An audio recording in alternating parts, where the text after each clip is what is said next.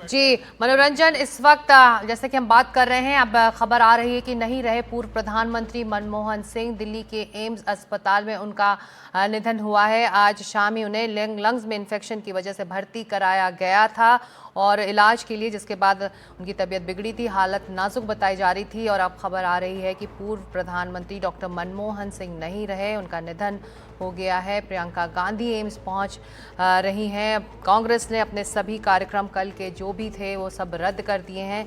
राहुल गांधी, मल्लिकार्जुन खड़गे दिल्ली पहुंच रहे हैं।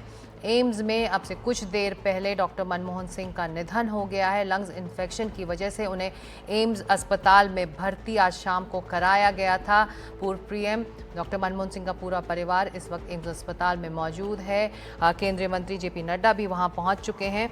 और मनोरंजन, इस वक्त खबर आ रही है आधिकारिक तौर से कि पूर्व प्रधानमंत्री डॉक्टर मनमोहन सिंह का निधन हो गया है। मनोरंजन।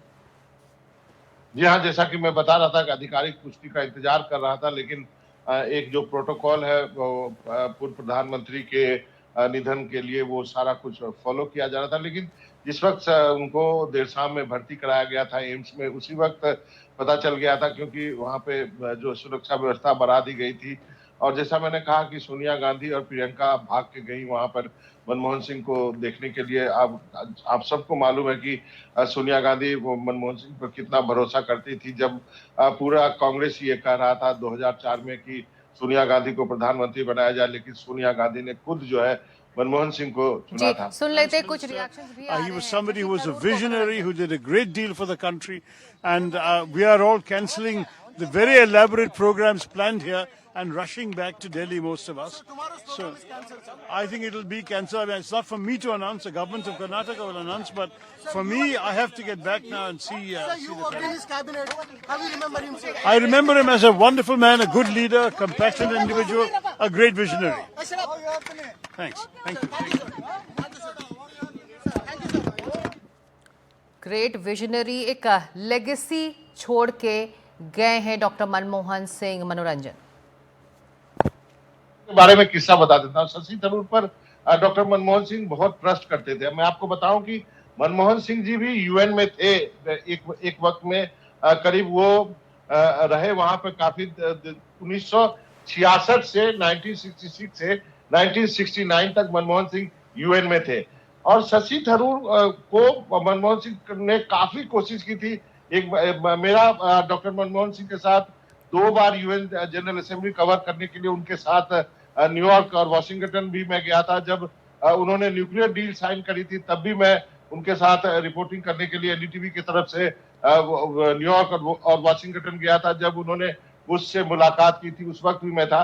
तो बहुत कोशिश ने डॉक्टर मनमोहन सिंह ने की थी कि किस ढंग से वो शशि थरूर को यूएन जनरल यूएनजीए के अध्यक्ष बना दें। और उनको लगता था कि शशि थरूर जो है वो काफी जो है काबिल है इस काम के लिए। उन्होंने बहुत कोशिश की थी। शशि थरूर चुनाव भी लड़े थे, लेकिन वो अनसक्सेसफुल है। उसके लिए काफी लॉबिंग भी की गई थी। और यही वजह है कि मनमोहन सिंह उसके बाद मनमोहन सिंह उनको ले आए। उन्होंने कहा कि आप चुनाव लड़िए, और तिरुवनंतपुरम से उनको टिकट दिया गया था। और ये सब डॉक्टर मनमोहन सिंह के कहने पे ही हुआ था। तो वो पहचान लेते थे किस आदमी में कितना कैलिबर है। ये एक उनके पास एक, क्योंकि वो कैरियर डिप्लोमेट थे और एक पढ़े लिखे आदमी थे। काफी अध्ययन था, उन्होंने ऑक्सफोर्ड में से उनके पास डिग्री थी। तो ये सब चीजें उनको के रूप में जो है लोग उनको याद रखेंगे। और यही बात डॉक्टर शशि थरूर ने भी कहने की कोशिश की है। जी, एक बड़ी राजनीतिक और आर्थिक विरासत भी डॉक्टर मनमोहन सिंह छोड़कर जा रहे हैं। मनोरंजन जी हाँ, आपने आपने सही कहा कि एक ऐसा नेता जो कि राजनीति में आप कह सकते हैं अव्वल दर्जे का नहीं था, लेकिन पढ़ाई लिखाई से लेके ज्ञान के भंडार से लेकर के इकोनॉमी जैसे नाजुक सब्जेक्ट में किस ढंग से वो उसको आगे बढ़ा सकते हैं, ये सब चीजें जो है उसमें वो काफी पारंगत थे। मैंने कहा कि कभी लोकसभा चुनाव जीत नहीं पाए, वो साउथ दिल्ली से भी लड़े, चुनाव जीत नहीं पाए। कई बार कोशिश की, क्योंकि उनको भी लगता था कि प्रधानमंत्री रहते हुए ना एक बार लोकसभा में से आप चुन के आना चाहिए, लेकिन वो आसाम से ही रहे जब तक प्रधानमंत्री रहे, आसाम से लोग राज्यसभा में चुन के आए। बाद में जी अभी कुछ दिनों पहले तक वो राज्यसभा के मेंबर मनोरंजन, थे। पल्लव एम्स में इस वक्त हैं, पर एम्स की तरफ से आधिकारिक पुष्टि हुई है, अस्पताल की तरफ से क्या कहा गया है, आइए सुन लेते हैं पल्लव से। पल्लव, एम्स ने इस बात की पुष्टि कर दी है, क्या कहा गया है उस बुलेटिन में?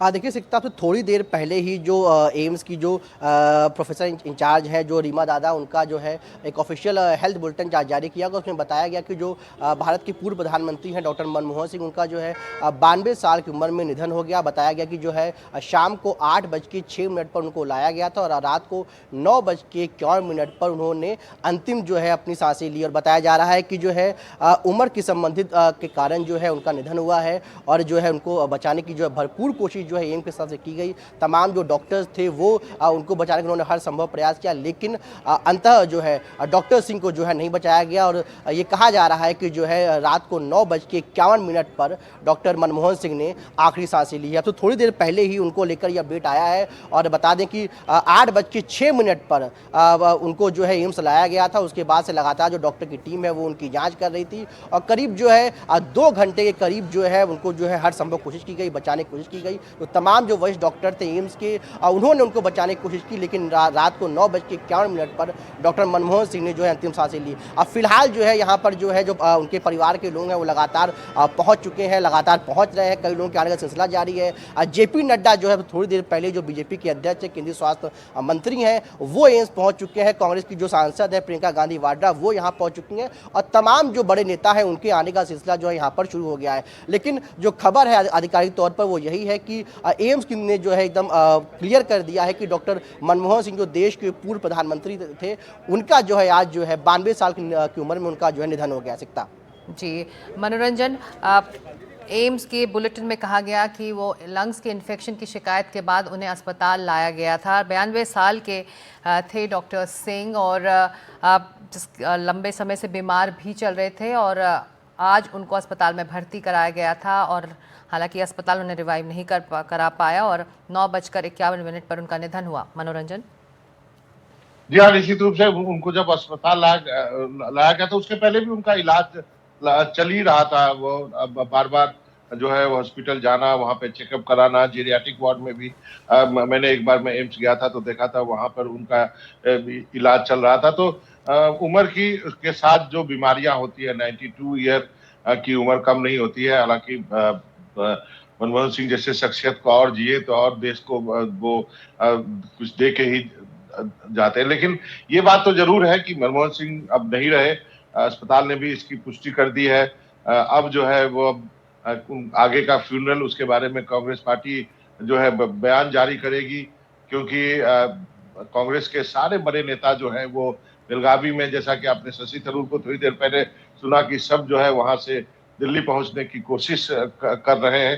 सोनिया गांधी और प्रियंका गांधी दिल्ली में थी तो वो वही दोनों सबसे पहले एम्स भागे, क्योंकि जैसा मैं कह रहा था कि सोनिया गांधी को काफी भरोसा था डॉक्टर मनमोहन सिंह पर। और ये बात केवल प्राइम मिनिस्टर बनने से पहले नहीं था, कई ऐसे मौके आए।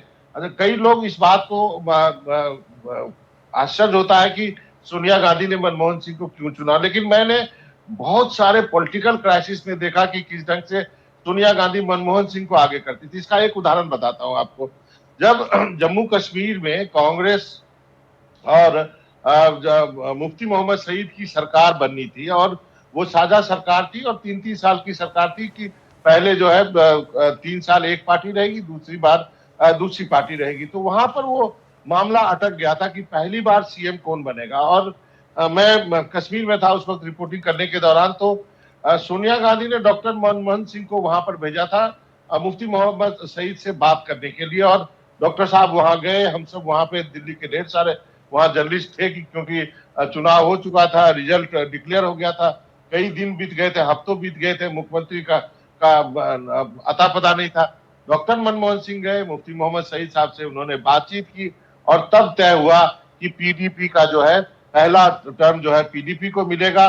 तो उसके बाद मुफ्ती मोहम्मद सईद साहब बने मुख्यमंत्री, और उसके 3 साल बाद गुलाम नबी आजाद साहब मिले। तो जहां पे मामला फंसता था पॉलिटिकल मामले में भी सोनिया गांधी मनमोहन सिंह को ट्रस्ट करती थी। एक वाकया जो है वो आपको बताऊं कि शरद पवार साहब के साथ भी हुआ था। शरद पवार साहब अलग हो चुके थे, एनसीपी जो है वो अलग अपनी पार्टी बना ली थी सोनिया गांधी के विदेशी मुद्दे को लेकर के। लेकिन जब चुनाव के बाद जब गठबंधन करने की बात हुई थी महाराष्ट्र में, तब भी सोनिया गांधी ने मनमोहन सिंह को आगे किया था। कई बार जो है वो उनको इस तरह के पॉलिटिकल इसमें भी यूज करती थी। तो भले ही वो पॉलिटिक्स में शुरू से ना रहे, लेकिन उनके अंदर जो एक सच्चाई थी, एक निगोशिएशन करने की क्षमता थी, वो शायद बहुत अच्छी होगी। क्योंकि इसका परिणाम हमने देखा कि किस तरह से न्यूक्लियर डील के समय वो कैसे दृढ़ जो है बने रहे, कैसे वो उन्होंने किसी से भी वो उस पर जो है वो झुके नहीं। आपको याद होगा कि लेफ्ट पार्टी ने समर्थन वापस ले लिया था, उसके बाद किस ढंग से मुलायम सिंह से बात की गई और फिर मुलायम सिंह के समर्थन से न्यूक्लियर डील को उन्होंने संसद में पास कराया। तो ये भले ही उनके देखने में शायद वैसे ना हो, आवाज उतनी भारी ना हो, लेकिन उनके अंदर एक शक्ति जरूर थी जिसकी वजह से वो भारत के प्रधानमंत्री रहे 10 साल तक। और ये उन्होंने कई बार कई मौकों पर दर्शाया। भले ही उनके बारे में ये भी कहा जाता था कि पीछे से सोनिया गांधी गवर्न करती थी, रिमोट कंट्रोल प्रधानमंत्री थे। मैं इन सब चीजों को नहीं मानता हूं उतना, क्योंकि मैंने उनको पीएमओ को फॉलो किया है और हम सब जानते हैं उस वक्त पीएमओ में पृथ्वीराज चौहान साहब मिनिस्टर होते थे। हम लोग रोज उनके पास जाते थे, न्यूक्लियर डील पर डीब्रीफिंग वो किया करते थे। और उस वक्त लगता था कि डॉक्टर साहब जो है, हम लोग उनको डॉक्टर साहब ही कह के बुलाते थे और जैसे चिल्लाते थे वो रुकते थे। कई बार मैंने उनके साथ जो प्रधानमंत्री के प्लेन में जो जर्नलिस्ट जाते हैं उनके साथ यात्रा की है। सबसे लास्ट यात्रा मैंने उनके साथ ईरान का उनका एक विजिट था, उस दौरान किया था। शायद वो उनका भी शायद वो लास्ट विजिट होगा। तो वो जो है प्लेन में भी जाते थे, हम लोग लौटते थे, प्रेस कॉन्फ्रेंस करते थे और आपको पूरी आजादी होती थी, कोई भी सवाल पूछ सकते हैं। तो ये सारे गुण जो थे मनमोहन सिंह में, विज्ञान भवन में उनका प्रेस कॉन्फ्रेंस होता था, 200-250 जर्नलिस्ट वहां पे आते थे और सबका जवाब देते थे। तो ये सब खूबियां जो है मनमोहन सिंह में थी। कई चीजें जो सेकेंड टर्म उनका हुआ उसमें जो 2G बाकी कोल ये सब घोटाले जरूर आए और उसके बाद कांग्रेस को या कहें यूपीए को सत्ता से बाहर जाना पड़ा। लेकिन पहला टर्म जो उनका था वो उनके शानदार गवर्नेंस के लिए याद रखा जाएगा कि किस ढंग से उन्होंने देश को मनरेगा दिया,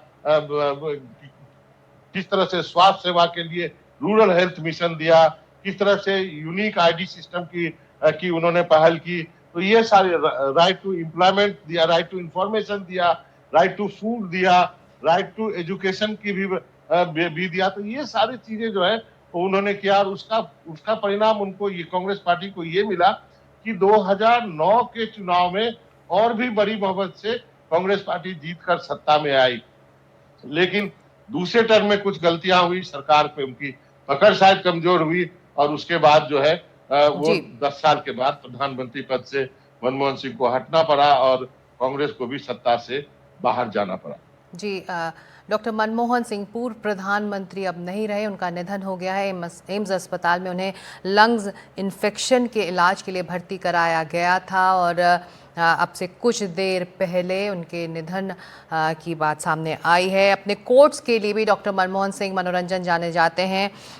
जब उनको लेबल किया जा रहा था वीक प्राइम मिनिस्टर, तब उन्होंने एक कोट दिया था जिसका जिक्र आपने कुछ देर पहले भी किया कि I honestly believe that history will be kinder to me than the contemporary media. जी हाँ, मुझे याद है, ये सब चीजें एकदम मेरे दिमाग में फ्रेश है। तो जब उन्होंने कहा था कि जब इतिहास लिखा जाएगा तो मुझे एक अलग तरह से इतिहास जो है वो जज करेगा। उन्होंने एक जगह ये भी कहा था कि आदमी जो है वो गलतियों का पुतला होता है। ये भी उनका एक फेमस कोट था कि भाई जब उन पे कुछ तोहमत लगाए गए थे। आपको बताऊं कि जब उनकी जो लिपि थी ना पढ़ने की, वो पंजाबी थी। जितने भी भाषण उन्होंने लाल किला से दिए हो, चाहे जितने भी पॉलिटिकल भाषण दिए हो, मैंने ढेर सारे उनके पॉलिटिकल भाषण भी उनके वो जो लिखा होता था ना वो पंजाबी में लिखा होता था। यही वजह है कि शेर व शायरी भी जो है ना वो बड़े अच्छे करते रहे।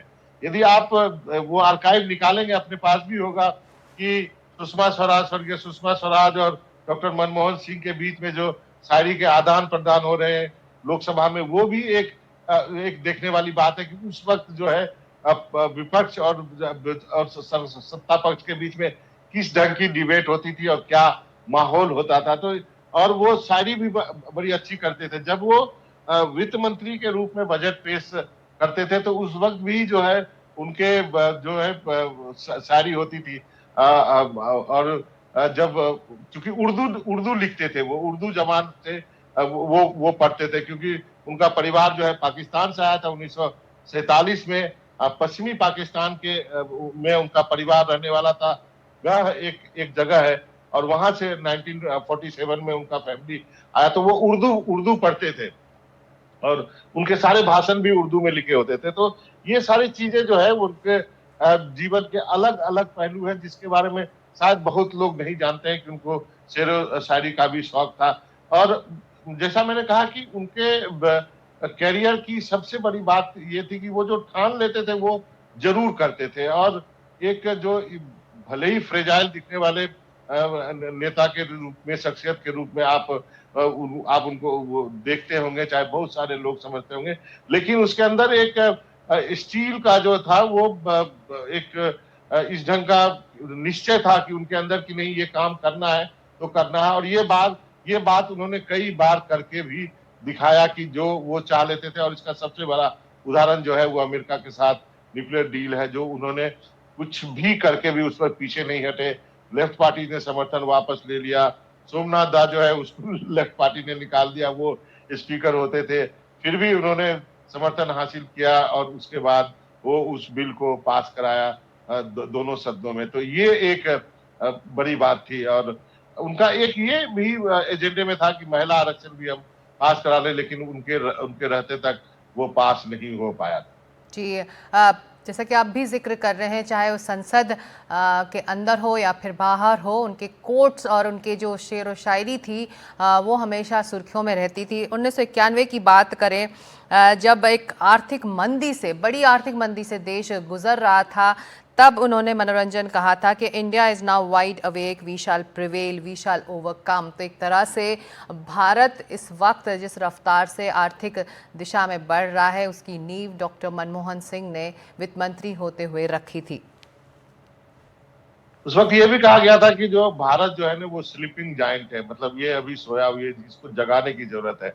और उसी को जगाने के लिए पीवी नरसिम्हा राव ने डॉक्टर मनमोहन सिंह को चुना था। और वो जो उतने सालों का उनका तजुर्बा था अलग अलग मंत्रालय में काम करने का, जैसे मैंने आपको बताया कि वो सबसे पहले जो है कॉमर्स मिनिस्ट्री में रहे। ललित नारायण मिश्रा, आप सोचिए, ललित नारायण मिश्रा को हम याद करते हैं कि वो रेल मंत्री थे इंदिरा गांधी के कैबिनेट में, और उसके बाद एक बम ब्लास्ट में उनकी हत्या कर दी गई थी, सबसे सनसनीखेज मामला था। लेकिन जब ललित नारायण मिश्रा कॉमर्स मिनिस्ट्री में थे, तब उन्होंने उनको एडवाइजर के रूप में नियुक्त किया था। उसके बाद रंजन, लगातार लोग श्रद्धांजलि दे रहे हैं। प्रधानमंत्री नरेंद्र मोदी ने ट्वीट कर डॉक्टर मनमोहन सिंह को श्रद्धांजलि दी है। उन्होंने कहा है कि देश सबसे प्रतिष्ठित नेताओं में से एक डॉक्टर मनमोहन सिंह के निधन पर शोक मना रहा है। ये ट्वीट है पीएम मोदी का। साधारण परिवार से उठकर एक प्रतिष्ठित अर्थशास्त्री बने। उन्होंने वित्त मंत्री समेत कई सरकारी पदों पर कार्य किया। वर्षों तक हमारी आर्थिक नीति पर एक मजबूत छाप छोड़ी।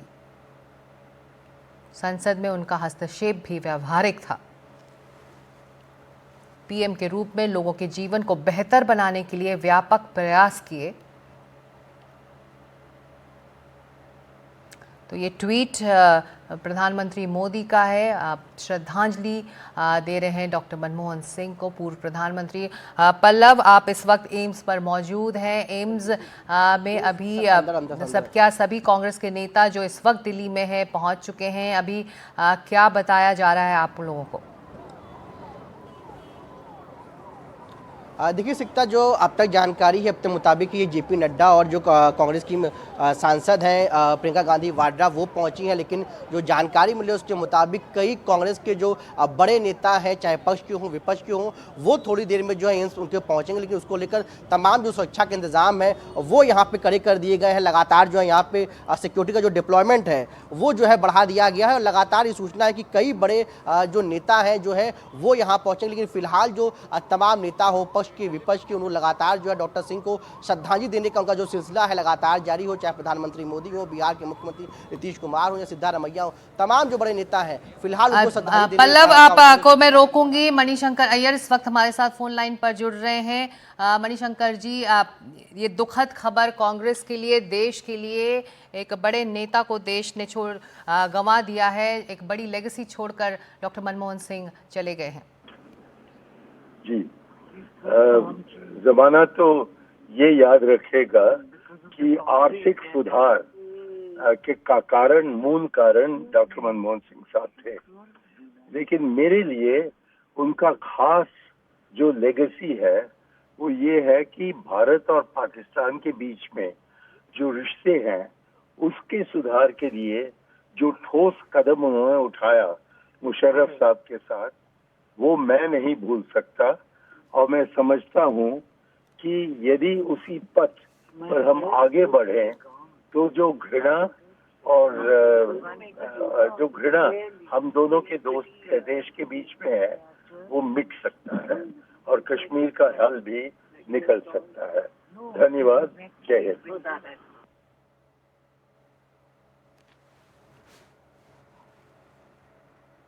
हम सुन रहे थे मणिशंकर अय्यर को, जिन्होंने कहा कि उनका अपना एक लगाव था डॉक्टर मनमोहन सिंह के साथ, और ख़ास तौर से विदेश नीति और दूसरे देशों के साथ रिश्तों को लेकर मजबूती से डॉक्टर मनमोहन सिंह आगे बढ़े थे। मनोरंजन, आपने सुना मणिशंकर अय्यर को, एक लेगेसी में जो कहें तो फॉरेन पॉलिसी भी अहम रही है, न्यूक्लियर डील को लेकर तमाम बातें होती रहीं, उस पर भी वो आगे बढ़े। मनोरंजन।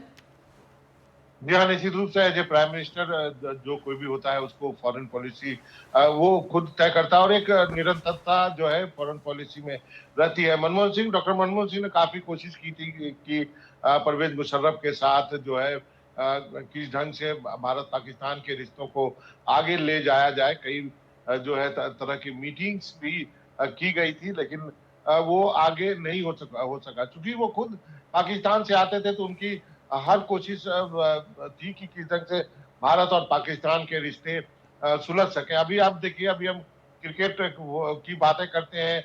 आपको याद होगा कि जब एक मैच था मोहाली में, मुझे याद है नवाज शरीफ भी आए थे, मनमोहन सिंह भी वहां पर थे, सोनिया गांधी, बाकी सारे लोग थे, और एक बार परवेज मुशर्रफ भी आए थे। तो ये सारी चीजें जो है उन्होंने डिप्लोमेसी में इन सब चीजों को इंक्लूड किया था। उसी वक्त जो है वो खेल के जरिए भी रिश्ते हो रहे थे। भारत पाकिस्तान का मैच जो है मोहाली में हुआ था, वो भी दिन हमने देखा है। अब तो चैंपियन ट्रॉफी शायद अब ये तय हो गया है कि दुबई में भारत पाकिस्तान के मैच होंगे। तो हर एक प्राइम मिनिस्टर का जो अपनी एक लिगेसी होती है, और हर प्राइम मिनिस्टर चाहता है कि वो कोई न कोई छाप छोड़े उस इंडो पाकिस्तान रिश्ते पर। वाजपेयी जी को भी याद किया जाएगा, आगरा समिट के लिए वो लाहौर भी गए बस लेकर के। तो ये सारी चीजों के लिए उनको याद किया जाएगा, उसी को आगे बढ़ाने में जी। जो है डॉक्टर शकील अहमद, पूर्व केंद्रीय मंत्री भी हमारे साथ जुड़ रहे हैं, चलते हैं सीधे उनके पास।